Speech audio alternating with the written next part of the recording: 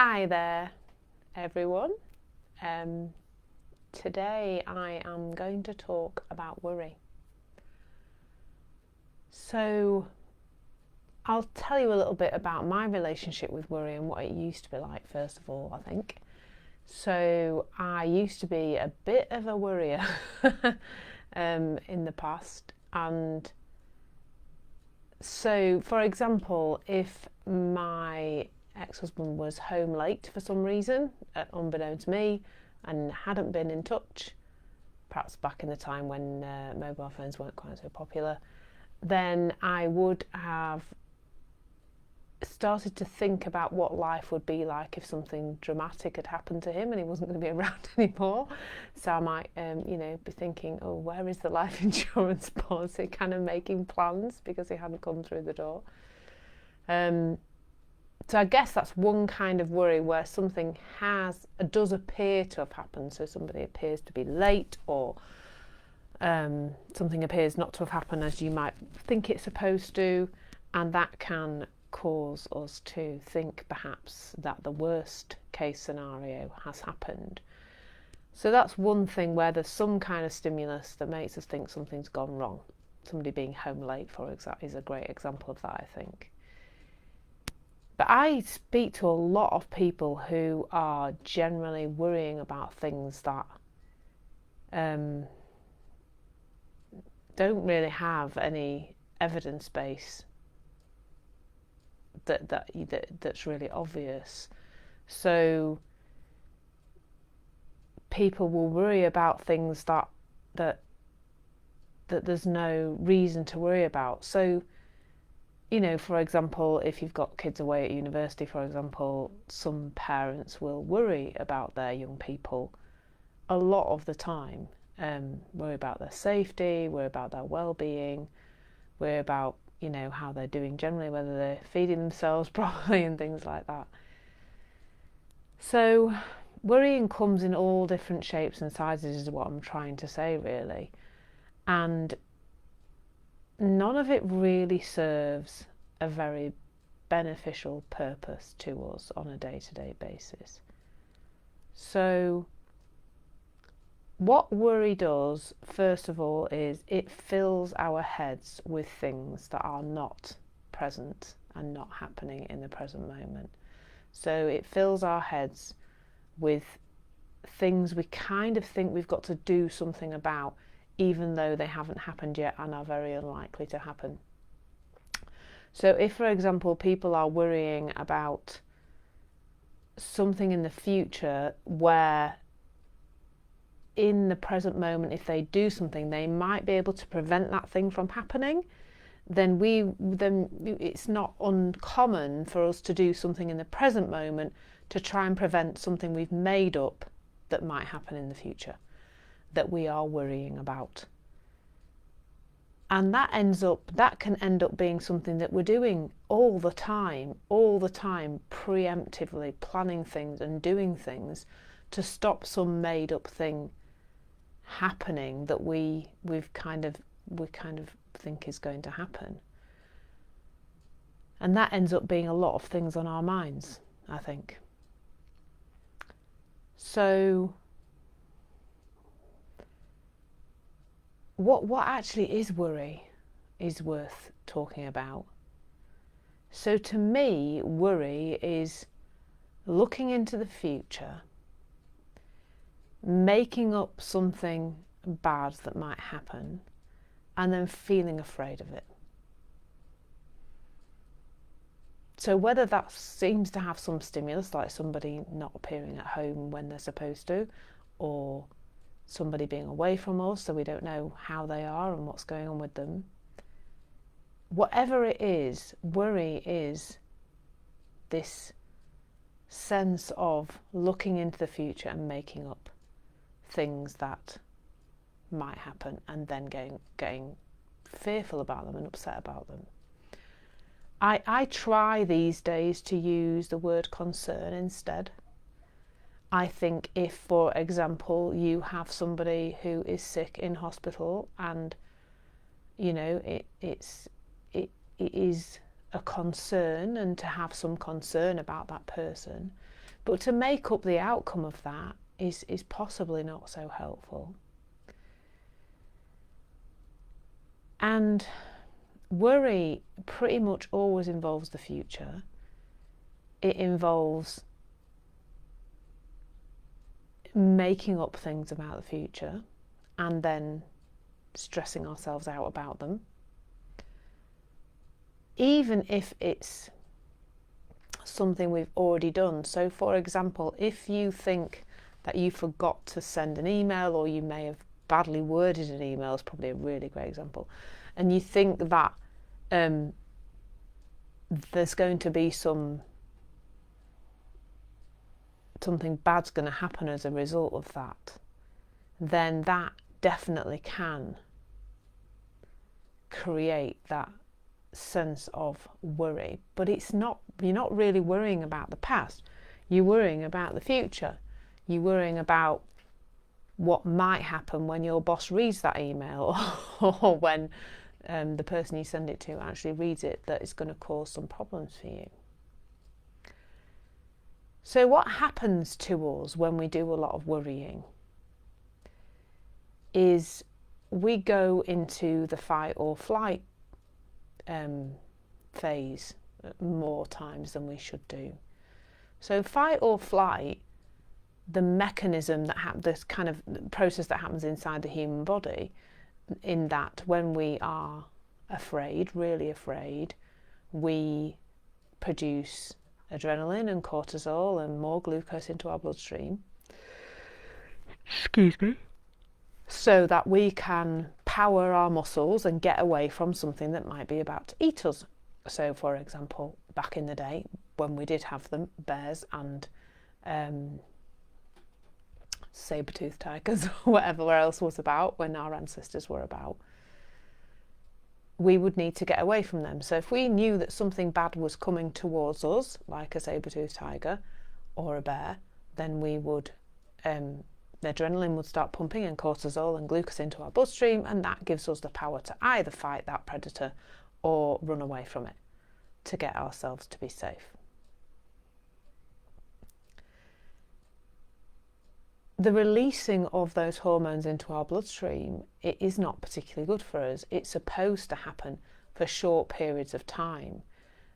So I think it's about 30 minutes in a 72-hour period is okay for those hormones to be in our bloodstream, but they shouldn't be there all the time.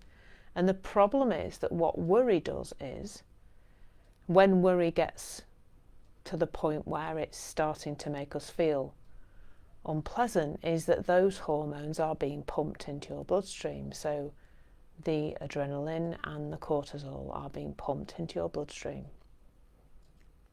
And then they're hanging around too long, because if you're carrying on worrying, those hormones keep coming in to your bloodstream. Those hormones are supposed to only be there when there's something really attacking you. But the clever human condition is that we can cause that same release of hormones, just by thinking about things, just by worrying about things. And as you may know, with me, what happened was that eventually I burnt out from having a lot of thoughts that were not helpful, from worrying a lot about things, from putting an awful lot of pressure on myself with my own thinking. I eventually burn out my adrenal gland from just pumping adrenaline too much of the time, because thinking can make us produce adrenaline, which makes us very different to the rest of the animal kingdom, which just does it when it's actually needed. So zebras don't get stomach ulcers is actually the title of a book, and zebras don't get stomach ulcers because they are not putting themselves under stress all the time by thinking about lions that might eat them. Whereas we do get stressed and get stomach ulcers because we are putting ourselves under that level of pressure just by thinking about things. And the thing is with worry, like I said at the beginning, sometimes that worry gets so looks so real, it looks so real what we've made up about the future and are thinking about, that we start to feel the need to do things in the present moment about the future that we've made up. And that puts us into a really difficult position and puts us under a lot of stress, because we are then managing what's happening to us in the moment, whatever we actually need to do that's real, plus we're also managing our decisions based on the worries that we have about the future. And even just saying that out loud sounds pretty exhausting to me. And maybe you can relate to that idea that you are planning and plotting and doing things in this moment to manage what you've made up is going to happen in the future.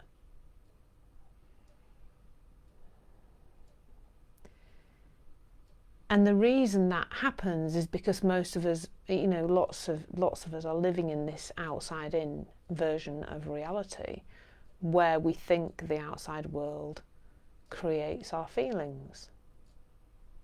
But if you've watched any of my videos now, you will know that that isn't the idea that I present to people. It's not a principle of psychology that happens. So what really happens is our reality is created through thought in the moment. So if your thoughts in this moment are of a scary future that you've created and are worrying about, then the feelings that you have as a result of that are because of that thinking, not because something is really going to happen in the future. And I think at the moment, when we are being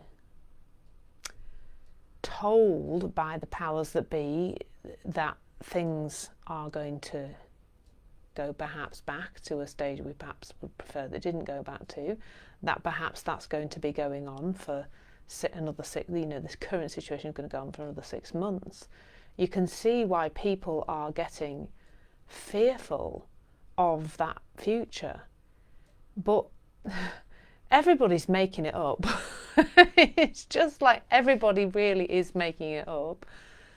There are lots of scientists now saying that actually this needs to come to an end, and we need to get on with life, and it will be, we don't know what's going to happen with the virus or how it's going to progress or diminish, with diminish of course being the actual practical fact of what will happen, because that's what viruses do. But there is a lot of fear around this issue. There is a lot of worry. There are a lot of people worrying about their jobs.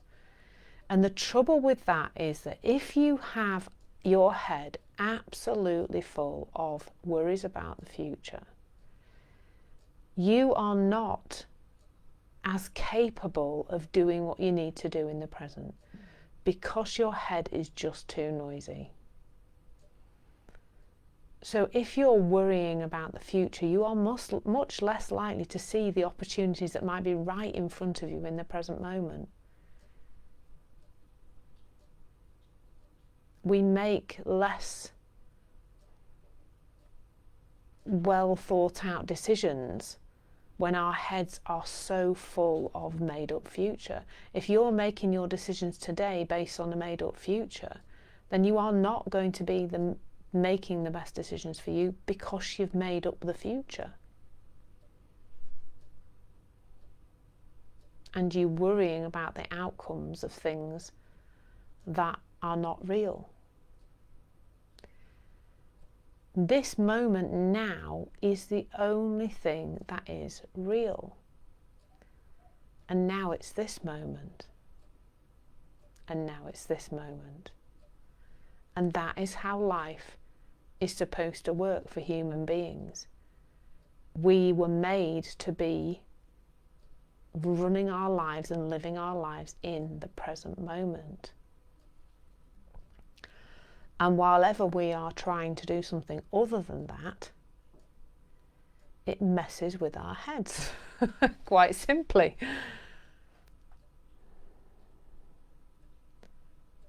So it might be worth just thinking for a moment, not that I advocate thinking mostly, but where in your life are you making up a horrible idea of the future? Because when I speak to people about this, there are some people who are really in the present with certain parts of their lives. So they might be really in the present with work, but when they think about their health, they're way off into the future worrying about things. Or they might be really okay with their financial position and they don't worry about that, but they worry about their kids and their future. And every single decision we make every day is based on what thinking we've got going on at that time. And if our thinking is worrying, we are going to make decisions that are probably not going to be the best for us. I love one of the teachers that I've read books of and done little courses with, Nicola Bird. She talks about making a cup of tea. When you're going to make a cup of tea, you don't worry about breaking the cup or spilling the tea or spilling the milk or any of those things. You just go and make a cup of tea. And if you did spill the milk or break a mug, you would just sort it out there and then. You don't feel the need to worry about going to make a cup of tea. And the great thing about that is that means you run in the present moment, without all that preemptive strike stuff going on. And when something goes wrong in our lives, whatever wrong is, we pretty much sort it out, don't we? No matter how bad that thing might have seemed if we knew it was going to happen, when it does happen, when things go wrong, when things don't work out as we might like, in that moment we sort it out. We get it dealt with, just like if we dropped the mug when we were making a cup of tea. It all works out okay, doesn't it, as a rule? Because we handle it in the moment. We handle it in the moment. You know, my son had a car crash a few weeks ago, and he handled it. He's only just turned. He was only 18 when he had the accident. He's just turned 19 now, and he handled the accident phenomenally in the moment when it happened. I was so proud of him, because in the moment his instinct, because his mind wasn't caught up in making up accidents he might need to deal with in the future, because he was present and he was driving, and he was, he knew he just knew what to do instinctively. He turned the car away from a potentially worse accident, and he just sorted it all out. Because in the present moment we know what to do. When our minds are quiet around a particular issue, we know what to do.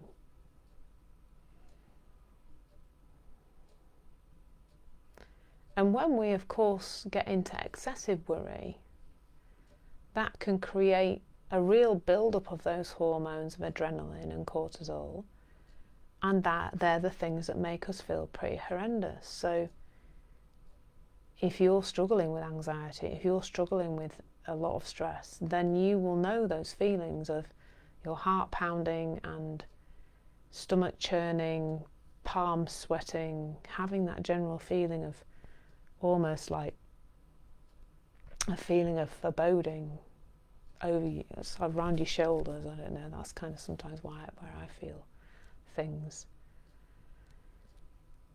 And that's just not good for us, folks, having those hormones. But what's useful to know about that is that those hormones happen, all this is happening inside of you. The made up future is made up by you. It's not true. No matter how real it might seem, no matter how stitched up something seems to be, it isn't real what you are making up about the future. It just isn't real. It can't be. because we are not time-travelling beings. We cannot go into the future and see what's going to happen. That's just not possible. But when we do, for some crazy reason, we seem to make up the worst case scenarios possible. And sometimes people say to me, well, I have to plan for the future. And absolutely, I put things in my diary and I organise things and plan things and have a vague idea about what I might do each day. And I have ideas of things I would like to produce and create. But there is a massive difference between booking a meeting with somebody and worrying about it. When I book a meeting with somebody, I just show up and see what happens. Whether that's a discovery session with a potential client, or it's a one-to-one, or something with somebody whose services I'd like to use, doesn't really matter. I just turn up and see what happens. But I do put things in my diary. The future absolutely does have to have some attention to it, but worry is not the same as attending to the future and making plans and organising things. That's different. Planning and organising kind of needs a little bit of attention to it. Diary management at the very least. But as I say, that is different to us creating the outcome of that meeting, deciding what that thing is going to be like, and then trying to do the preemptive strike for that.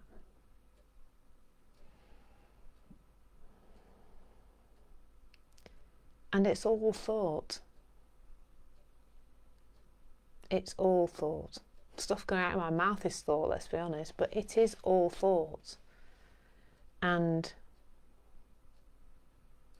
that means that when you have a thought that has a worrying inclination to it, you don't have to think that. You don't usually have a choice about what thoughts, well, you don't have a choice at all, not just usually. You don't have a choice about what thought comes into your mind. But you do have a choice as to whether to attend to it. And what we tend to do when we attend, that's a word, when we attend to a worrying thought, we tend to just add more to it, don't we? So we start with, oh, here's something we're a little bit worried about. And then we tend to add more and more and more and more content to that thought, to the point where it becomes something quite monstrous. And doom and gloom is generally it feels like a spiral going down. I think that eventually we end up in some kind of doom and gloom status. Excuse me, this is the issue with me doing these quite late in the evening, because I am tired, which is fine. Yeah, being tired made me think about how, how worrying can come up in so many different places. So I used to struggle with sleep anxiety, in that I just got so wound up about not being able to sleep that it just made it worse and worse and worse. And I've really noticed a change in my relationship with sleep. So my sleep is just irregular. It's a bit like the British weather. It just does want it flipping well like. So I'll have a week where I wake up at 4 o'clock every morning, and then I'll have a week where it's suddenly 6 o'clock and I still feel tired at 6 o'clock, and then it's just the most irregular, funny thing. It's really funny. And I used to worry about that, and I used to, if I got up early, I'd be like, oh my goodness, I'm going to be so tired today. I would worry about how my own state was going to be from this perceived lack of sleep. And now I just kind of get on with it. So I get up, and if in the moment I feel awake, sometimes I get up and I've put my workout gear on before I've even looked at the time, and then look and it says 3:30 or 4 o'clock, and by that point I just go, oh, sod it, I'm going to do some yoga and get on with my day, because it doesn't matter. And okay, I might be tired by the evening, but I don't decide what my day is going to be like because I've not had enough sleep. This morning it was 6 o'clock, so, or 5:30 or something, and I'm still tired. So you can't make it up, can you? So we make up what the future's going to be. We make up what we're going to be like as well, don't we? So I don't make up anymore how I'm going to feel just because I've had X amount of sleep or Y amount of sleep. I just start the day and I see how it goes. And you know what? It's so much fun that just to get on with the day and see how it goes and just see what happens, rather than making up what it's going to be like in the future and then stressing ourselves out about it and becoming anxious about it.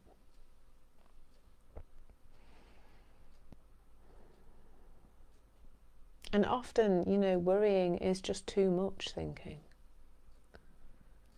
It's too much thinking. And we all do better with quieter minds.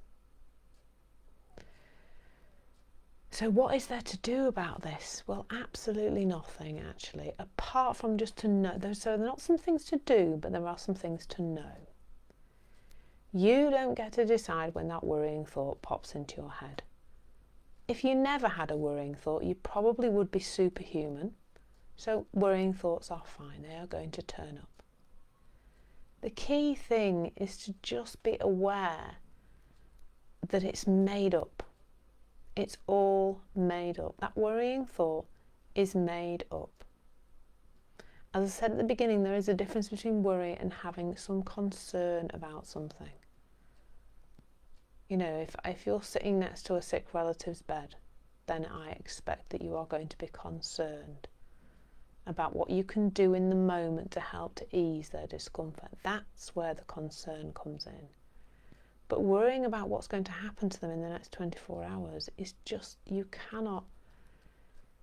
can't be your best version of you for them if you're worrying about what's going to happen. The present moment is where you can do things that make a difference.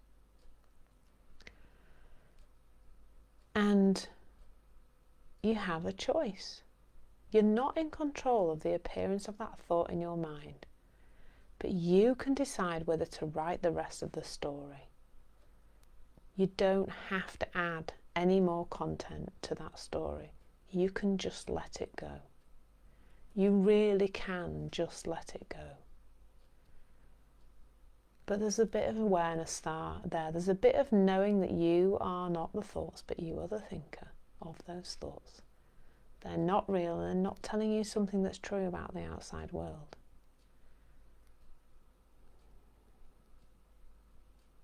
So just noticing. That's what I usually say at the end of these videos, is just to be noticing, just to be aware when you're taking yourself off down into a deep, dark spiral of doom and gloom inside your head. Don't believe what you think about the future. Literally none of it is true. It's 100% not true.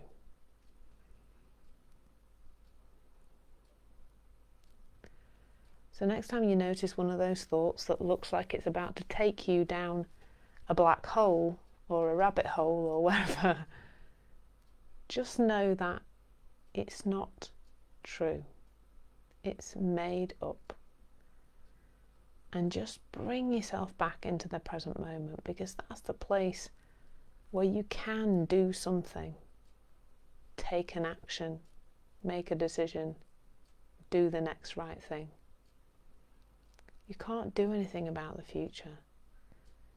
And it's exhausting to try and do things about the future in the present moment when that future doesn't exist yet. much nicer to wait till your future is your present.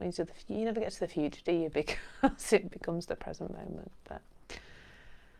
And the safest and most wonderful place to be in life, where you can make a difference to your life right now, is the present moment, or to those who you love, those are around you. So thank you so much for watching, and enjoy the rest of your day. Take care, and I'll be here again soon. Thank you.